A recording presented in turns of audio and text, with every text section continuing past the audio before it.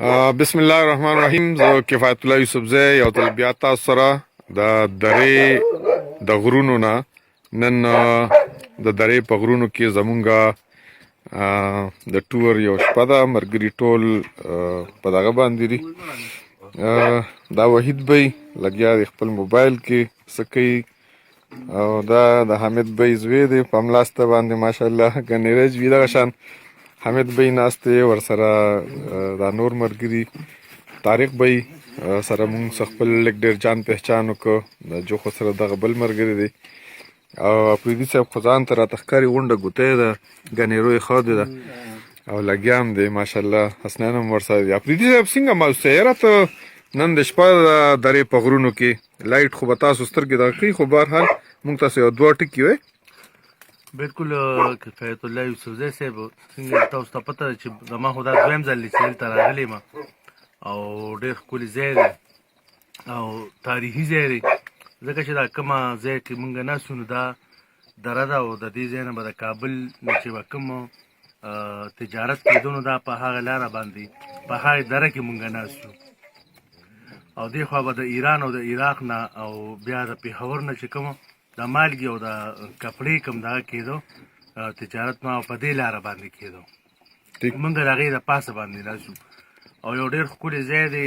تاسو وګورئ مختلف ملګري چې زمونږ دي هغوی پخلی کوي، سیخ کوي او کړکي کوي او بیا نور داسې ښه ښه خوراکونه زمونږ دپاره تیاری ده. ملګري هم راغلي دي، مونږ سره خپل دوستان راغلي دي، نو کتونکي به انشاءالله بیا مونږ ورته به سهار هم د دې لوکیشن باره کې هم دغه کوو.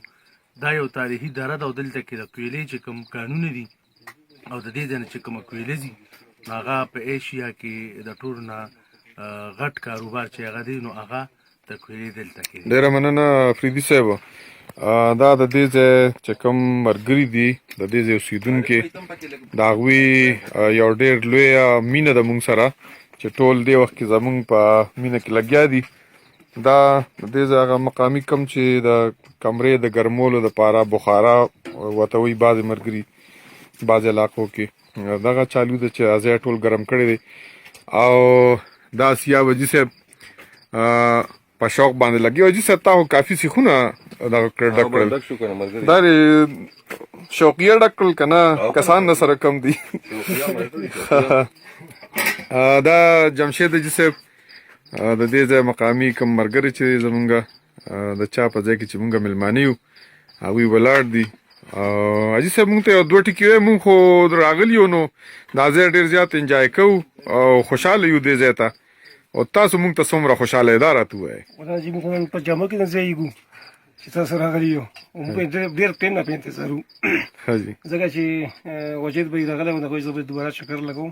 جی جی بس په انتظار کوو. شکر د راغلی، ډېره مهرباني، خوشحاله اوسئ جي. دا د دوی مینه ده مونږ سره چې د ملګرو دپاره دوی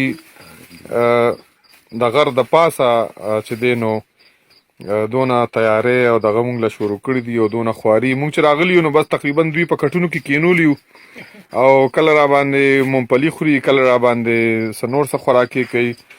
دې خوا ته هم څه باندې کړي دي. حاجي صاحب څه باندې کړي دي؟ غوښه ده ښه جي ماشاءالله. دا څه غوښه یو دې کې هم باندې کړې ده او دې خوا ته نور هم څه تیاری میاری چالو دی. دا ملګری چې دی نو حاجي صاحب لګیا دی او څه سلاد وغیره پکې کټ کوي را کټ کوي ډېر حده پورې. بس زه به دا ووایم چې د دوی څخه مینه کېدی شوه نو دا وګوره خټکي راوړي دي او ګڼ څیزونه تقریبا چې دونه مونږ هم نه خوړلی شو سانه چې دوی مونږ له تیاری کړې. دا زمونږ طارق بی دی، د دې هر څه نه مخکې دوی چې دی نو په مونږ باندې وړومبې د توره چې اوس کله بیا را باندې یو ساعت په خپله مینه ماته کړه، په خپل لاس یې راله مونږ چې ورته سلیماني چای وایو سره چې هغې راله جوړه کړه. طارق بی چې دی نو دوی بینکرز دي، په بینک کې ډیوټي خپله دغه کوي او چوټیانو د وجې نه دلته رالل او مونږ له کپني را کړه. ډېره مهرباني طارق بی. یو دوه خبرې را سره جي تاسو هم وکړئ.